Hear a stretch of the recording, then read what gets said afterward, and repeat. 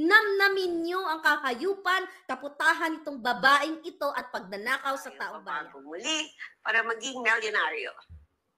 Sama-sama tayong babangon muli para maging milyonaryo. Asset daw si Mel. At what? May common sense. May common sense pagdating sa pagnanakaw. Ngayon, Tulfo, nakarating sa amin sa Puting Ahas na ikaw ay nagpapaareglo kay Lisa. Kaya ba hanggang ngayon, wala pa rin ikaw update sa taong bayan?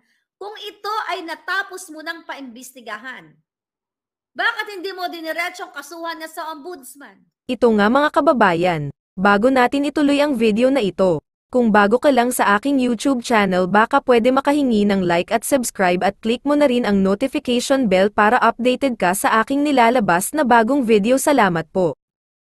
Namnamin nyo ang kakayupan, kaputahan itong babaeng ito at pagnanakaw sa taong bayan. Ulitin natin uli sa kapapasok lang. Ready nyo na, record nyo na para ma-share nyo. Dali. Milyonaryo. Dali. Or should... Hi, Mel. Or should I say milyonaryo? Just wanted to wish you a happy 60th birthday. Naku, senior citizen ka na, ha? Dapat magpapayat ka na to be as sexy as Shay. We love you, Mel. I wish you all the best today and for the next 60th year. Big hug. Happy birthday. Thank you for everything you've done for me, my family, for my husband. Sama-sama tayo babago muli para maging milyonaryo. Sama-sama tayong babangon muli para maging milyonaryo. So, ibig sabihin, mga kababayan, talagang itong hayop na ito, inuutusan, magkasabwat sila, yun talagang intention nila para kunin ang pera ng PCSO. Sa PCSO pa lang. Diba ang PCSO is charity institution? Naku, matino itong hayop na itong babaeng ito. Ano ang sasabihin mo sa greetings? Mel, maraming salamat dahil naging maganda ang PCSO. Marami tayong natulungan. Marami tayong natulungan ng mga may sakit, nakapagpatayo tayo ng mga ganito. Salamat dahil bumangon ang buhay ng mga Pilipino.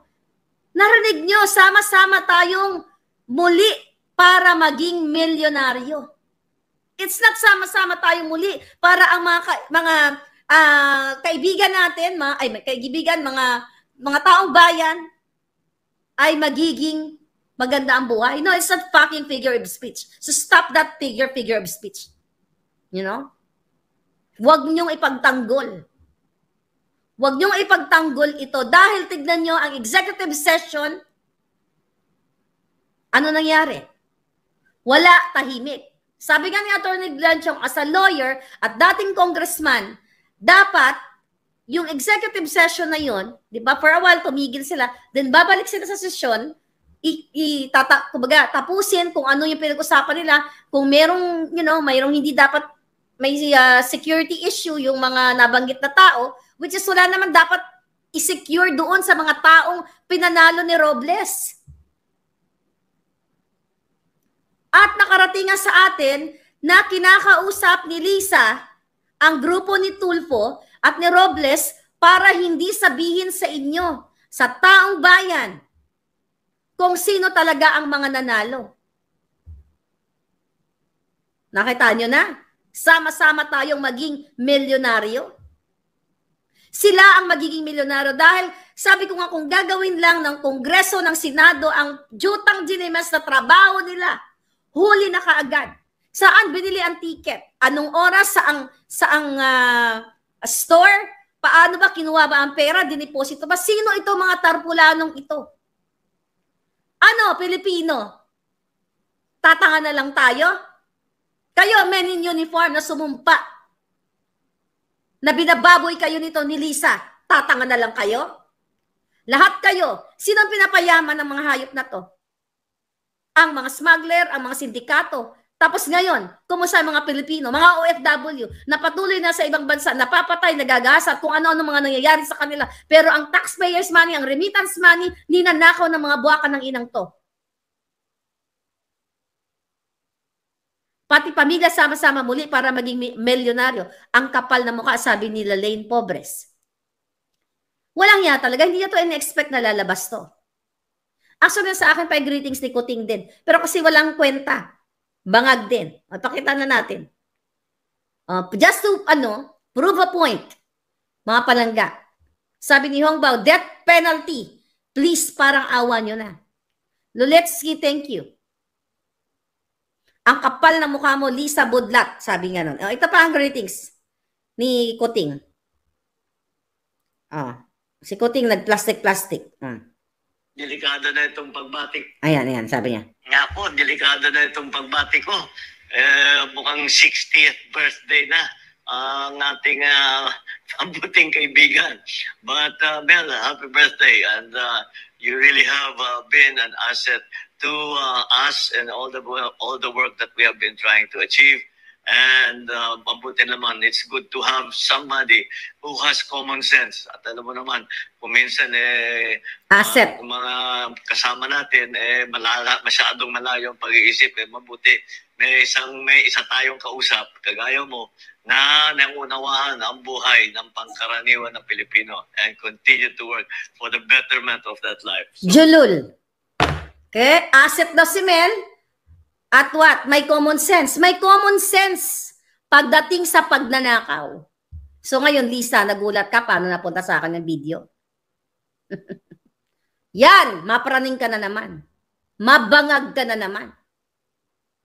Okay? Sobra, sabi ni Star Gemini. So ngayon, mga palangga, sabi ni Jennifer Acosta, saan banda ang asset? Yes. Saan banda ang asset dito, mga palangga?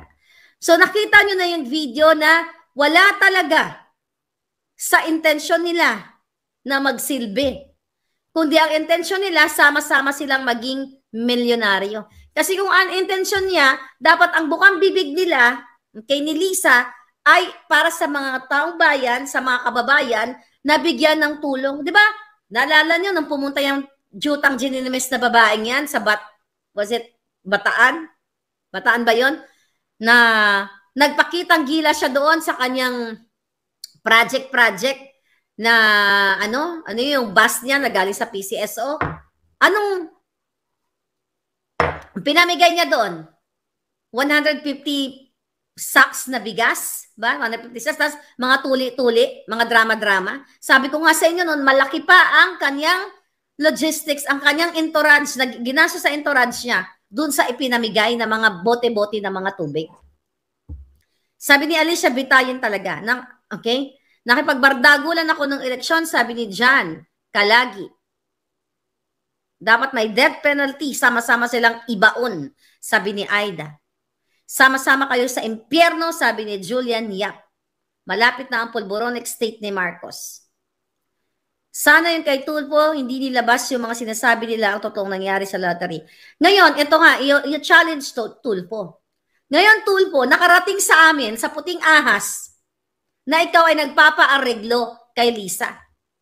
Kaya ba hanggang ngayon, wala pa rin ikaw update sa taong bayan? Kung ito ay natapos mo ng paimbestigahan, bakit hindi mo diniretsyong kasuhan na sa ombudsman? Bakit nagpakitang gilas pa kunyari doon sa, kunyari ginigisa-gisa mo si Mel? Bakit? Dahil ayon sa puting ahas, nagpapapresyo ka? Magkano? Ikaw, Coco Pimentel, 400 million? Magkano kay Tulfo? 1 billion? Kasi kung kaya nila magpatama ng 1.7 billion in less than a month, pwede bigyan ng tigi 1 billion. Si Tulfo, si Pimentel, o kung sino pa doon, kasapi doon sa hearing na yon at iba pa, ng tigi 1 billion para hindi ibukelya si Robles kung sino-sino yung mga tao doon na pinanalo nila. At kung sino yung, sabi ko nga, there's no such thing as persona o warm body na tumanggap ng checking ipinakita nila na nagbabiral sa social media. Dahil wala naman talagang nag-claim ng checking. Kundi yun ay ninakaw nila sa clothing company. So ngayon, kung totoo si Tulfo, Senator Tulfo, para gipitin itong not gipitin actually, ipakita sa taong bayan, dahil ang yabang mo dun nasabi mo, DICT, BNBI, lahat ipapatawag mo, napaimbestigahan mo na pala Pati yung Pacific Online System.